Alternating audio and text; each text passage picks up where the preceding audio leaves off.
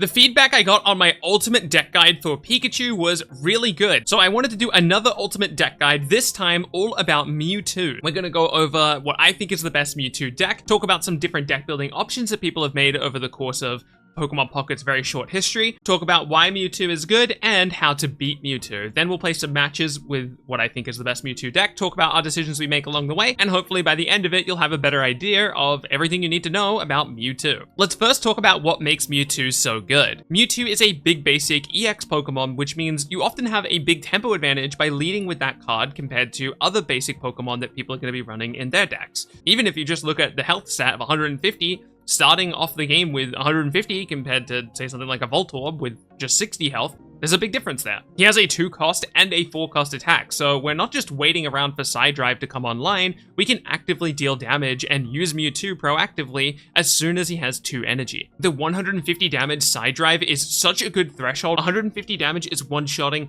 basically everything in the game. The things in the game it doesn't one-shot are Venusaur EX, Blastoise EX, Charizard EX, Gengar EX, Machamp EX, Baby Venusaur, Executor EX, Golem, and Dragonite. A Giovanni that adds plus 10 damage to our Side Drive, making it 160, one-shots 4 of those 9 Pokemon, meaning Baby Venusaur, Executor, Golem, and Dragonite cannot survive a Mewtwo if that Mewtwo has a Giovanni. And of the remaining 5 Pokemon, I would say really only 2 of them see a meaningful amount of play at a competitive level. All of that is to say that Mewtwo basically one-shots everything. The only 2 things it really has to worry about is a set-up Venusaur or a set-up Charizard, and hopefully you're killing the opponent before they have the chance to set those things up as the Mewtwo player. Mewtwo has an implicit limitation built in Side Drive. You can kind of think of this as like a cooldown.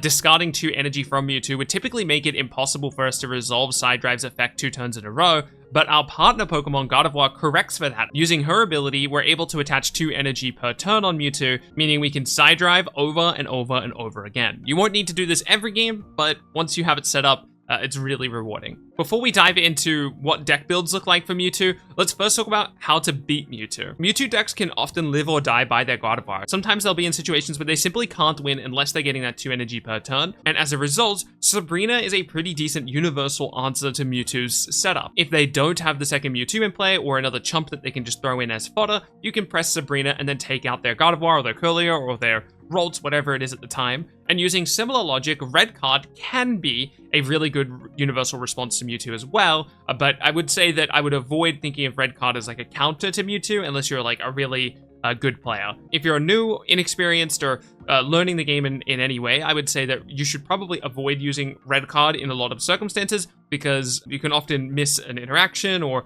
miss an outcome or misunderstand how much value you're either generating or how much risk you're taking when you play the Red Card. Really, it's a difficult risk evaluation if you're not super familiar with how the game works. However, as an example, let's say our opponent has 6 cards in hand or something around 6, and then on their turn they play a Ralts, and then on their following turn they still have that number of cards, right, because they've drawn a card, but they don't evolve into Curlier. It's likely that they're holding on to a Gardevoir in their hand, but they're missing the Curlier piece. If they then play Curlier on a future turn, we can say, okay, it's very likely that they have Gardevoir in hand because earlier on in the game they played Ralts, they didn't evolve Curlier, they had a decent number of cards in their hand, they're probably holding on to that Gardevoir already, and they've just now drawn their Curlier.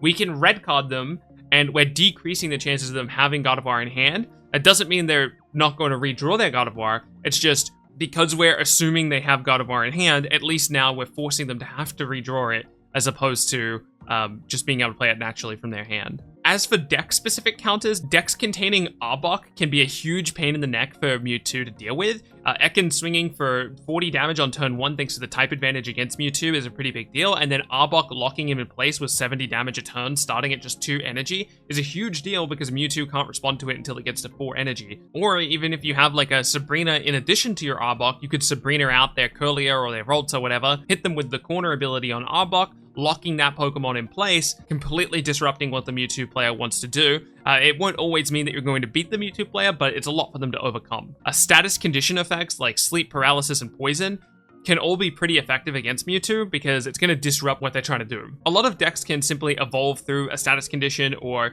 a retreat out of the way of a status condition, but because Mewtwo really wants to be in the active once he's set up, they're going to want to stay there. So because of that, status effects are going to have a higher chance of disrupting a Mewtwo player compared to the average player. I will say I wouldn't suggest specifically splashing in these status effects to counter Mewtwo because it will make your other matchups worse, but if you already have a deck that runs these status conditions, perhaps that will be a decent response to Mewtwo players. I will lastly mention, I try not to mention this card very often because I feel like a lot of people really don't like this card because there's a lot of RNG involved with it, but Marowak is a really good response to Mewtwo as well. Marowak on turn 2 can swing for an expected value of 80 at the same time that Mewtwo is swinging for 50. Sometimes you'll just one-shot the Mewtwo, sometimes you won't do any damage, but sometimes you'll one-shot the Mewtwo. But it is expected value that if you swing twice with Marowak, you will kill Mewtwo, whether it be because you did 0 heads on the first flip, 2 heads on the second, or whether it be 1 on each. The expected value is that you will kill Mewtwo with 2 swings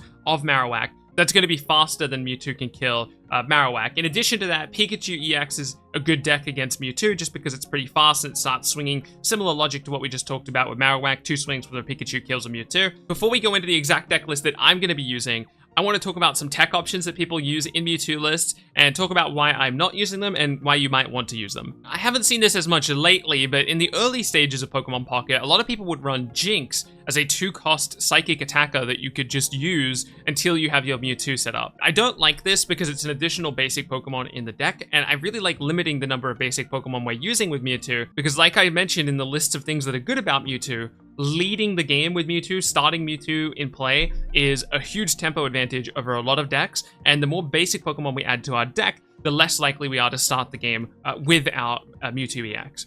Some people are running the Ghastly Gengar line still, although I think this is really, really bad for the deck. It takes up way too many deck slots, it limits the number of trainers we're allowed to run. I would highly suggest not doing this, and I wouldn't have even considered this an option for the deck. But recently, there was a good tournament performance from a player who was running Baby Mewtwo in addition to Mewtwo EX. As reference, here's that deck list.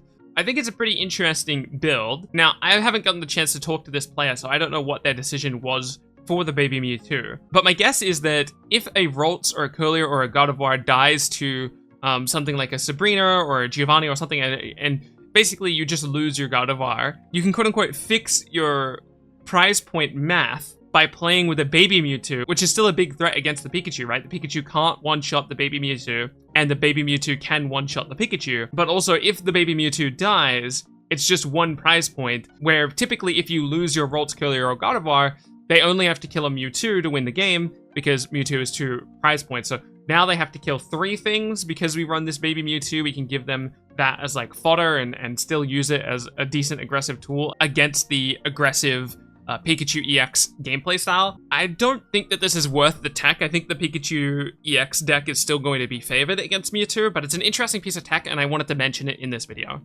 Now let's go over the cards that I'm running in my deck. Obviously, I'm running the Ralts, Curlier, Gardevoir line, but perhaps not so obviously, I'm only running 1 Ralts. The reason for running this 1 Ralts is because I want to increase the chances of starting the game with Mewtwo. If I run 2 Ralts, I only have a 50% chance to start the game with Mewtwo, and a 50% chance to start the game with Ralts. If I run just 1 Ralts, I only have a 33% chance of starting the game with Ralts, and a 66% chance of starting the game with one of my Mewtwo's. Obviously, I'm running the 2 Mewtwo, and then for trainers, I'm running Double Potion. If we have both potions, we can survive 3 hits from a Pikachu EX for whatever that's worth. Like a Pikachu EX can swing for a 90, taking us down to 60, and then we can Double Potion to 100, meaning that the Pikachu EX is either going to need a Giovanni to kill our Mewtwo, or they're going to need to swing 3 times. It is also worth mentioning that Mewtwo, having such a high health pool, Potion's typically going to be able to do something. I'm not really sure how often it's going to be fixing our math, but it's going to be fixing our math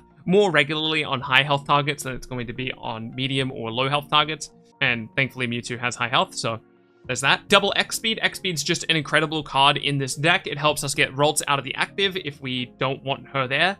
There are going to be scenarios where we need to get Mewtwo out of the active and swap him with a different Mewtwo or something like that. Double X-Speed lets us do that without discarding any energy, which can be really important for fixing side drive math or something like that. Yeah, X-Speed's just a really, really flexible card, especially in this deck. Pokeball is a huge reason we can get away with running just 1 Ralts, because if we don't have Ralts in our opening hand, and we're trying to get Ralts into play, casting the first Pokeball has a 50% chance to find Ralts, and then the second Pokeball is a 100% chance to find Ralts. So even though we're only running 1 Ralts in the deck, it's kind of like we're running 3 Ralts in the deck. If you haven't tried this type of strategy before, you might not believe in it, but trust me, when you see it working, you'll believe in the vision. Red card, I'm a huge fan of running just 1 red card in a lot of decks, especially in this type of deck where once we're set up, we kind of just win the game. If red card can make the difference between us getting set up before our opponent and not getting set up before our opponent, even if it's only, 1 in every 5 times that we cast red card, I think it's totally worth running. Although I will say, like I say every time I talk about red card, if you're a newer player, be careful with red card because it is a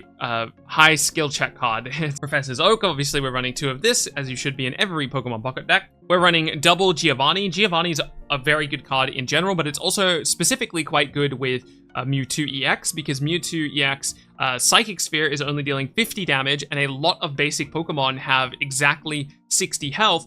So a lot of basic Pokemon can survive a hit from Psychic Sphere. There's a huge difference between 50 and 60, and like we talked about before, there's a decent number of Pokemon, or a decent number of the Pokemon that survive a hit from Side Drive. Don't survive a hit from Side Drive if you have a Giovanni. So Giovanni just happens to fix like a lot of good math for Mewtwo, and as a result, we're probably running double Giovanni in every Mewtwo deck. It's like a very high priority card. You see Giovanni in a lot of decks, but specifically in Mewtwo, I think he has a really high priority. He's probably one of the last cards that you cut, other than, of course, your main Pokemon and your Oaks and your Pokeballs.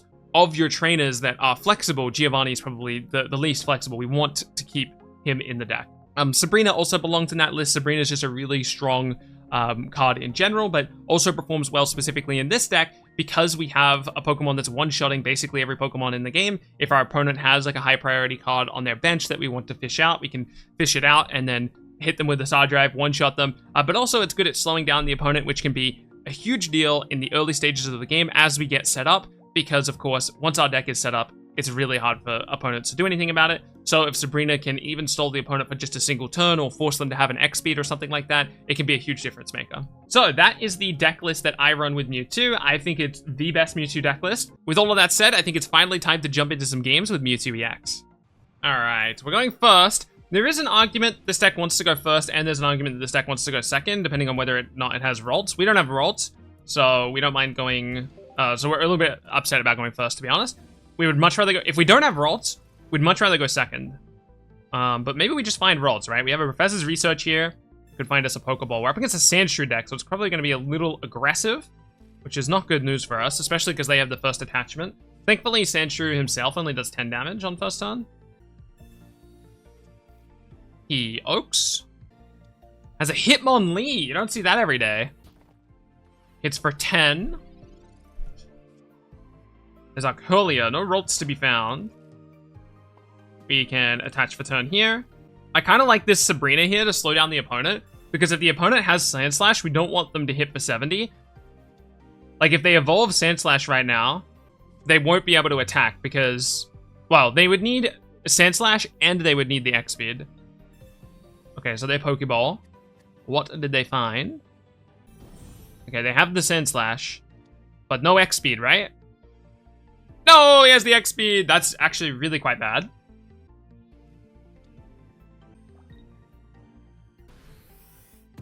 I don't know, maybe we recover just with the potions? We have Red Card. Red Card's probably never doing anything this game. So we can attach for Psychic Sphere. We potion. And we hit him with the Psychic Sphere.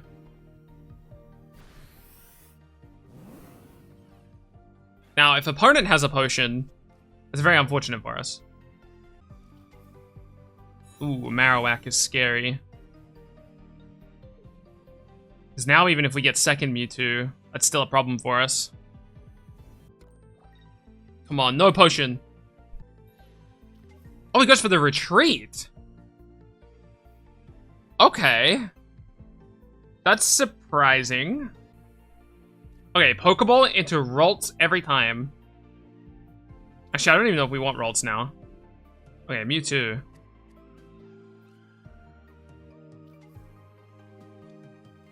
We can Sabrina. Yeah, I don't mind Sabrina here at all, actually.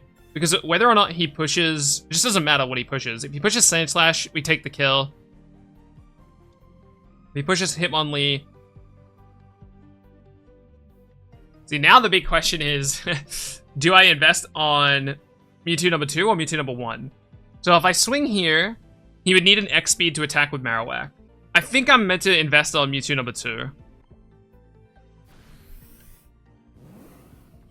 Because he's one Giovanni away from the expected value of Bonerang killing this Mewtwo. So if we invest too much energy on this Mewtwo, we just won't have like an answer. We don't have a way to come back.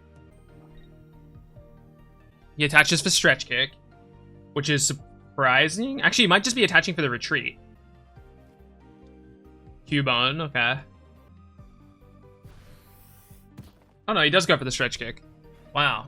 Okay, there's my Rolts. That's actually a huge deal. Honestly, now with Rolts, we can attach on this Mewtwo. Right? Because if we swing for Psychic Sphere, we kill this, he pushes Bonerang, he does... well, actually, there's no reason to, right? It should be here. Yeah, it should always be here. Don't worry, I lied. Because if we do get the Gardevoir... Yeah, basically, if we get the Gardevoir in time for the active Mewtwo, it doesn't... him being at 2 versus being at 3 doesn't make a difference. Yeah, this is correct. It's a bit of a shame if the Marowak one-shots us. Like, right now. But he also might not want to push Marowak, because if he pushes Marowak and I kill it... Oh, he loses the game, if that happens. Is he going to rely on 2 heads here, or does he have the Giovanni to correct the 80 damage to 90? Oh, man, if he plays Giovanni and he lands double tails, how sad is he? Okay, he goes for the Giovanni.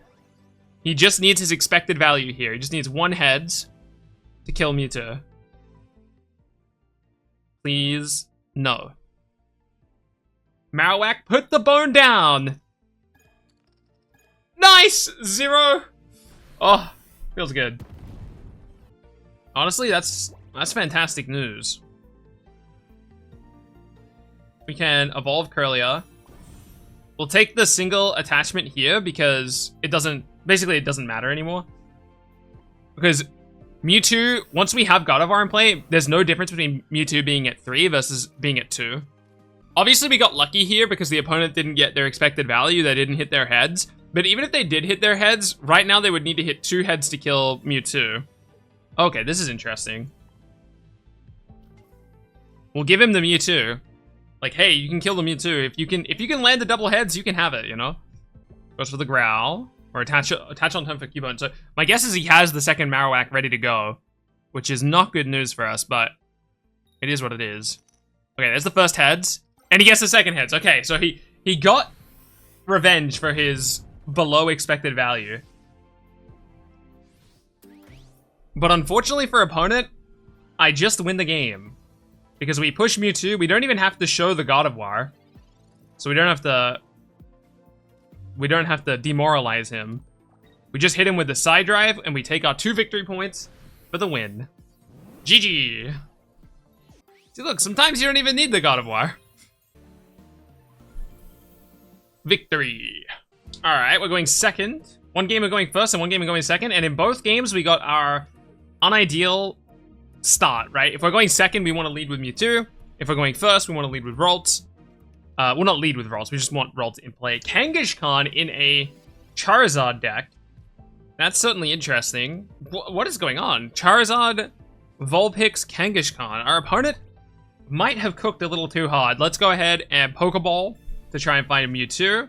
We do find the Mewtwo, which is fantastic news. Professor's research into a Curlia. No Curlia. Unlucky. Alright, we can play Mewtwo.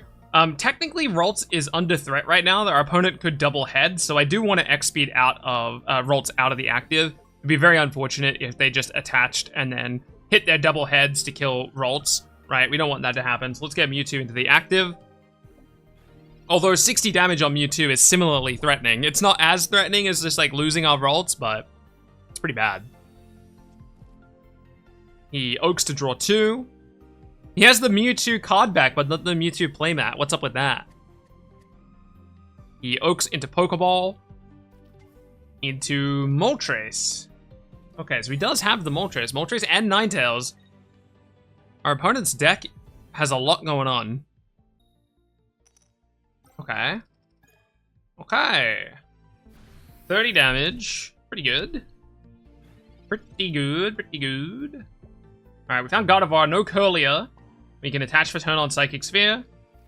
And swing for 50. We'll probably just take this double tap. If he potions, maybe there's an argument for us to Sabrina instead of fighting the Kangaskhan.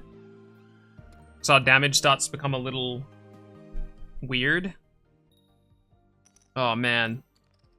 Okay, 30. We go down to 90, which is obviously not a good spot. We don't want to be at 90 because Ninetales kills us. Oh, found Curlier, though. Not bad. Not bad at all. Honestly, there's no way he has room for red card, so I'm gonna put this energy on Curlier, which I know looks a little bit weird, but like I said, there's no difference between being at 2 and being at 3 as the Mewtwo player if you have Gardevoir. We do have the Gardevoir, so I'm just gonna attach it here. I'm kind of telling my opponent that I have Gardevoir in hand when I do this, but also I don't particularly mind telling him that information.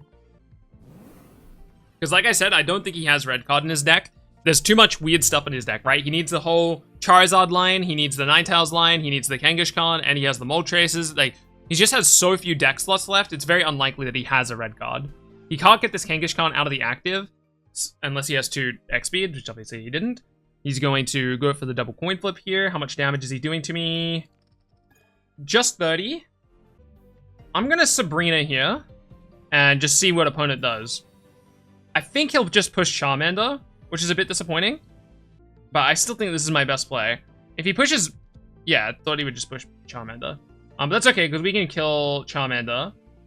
So we'll go for the Gardevoir. Use Psy Shadow. Attach. And we will Psychic Drive, or Side Drive, I should say. And we're going to double Potion. It's very likely that our opponent can still kill the Mewtwo. But we're forcing him to use the Blaine or the Giovanni.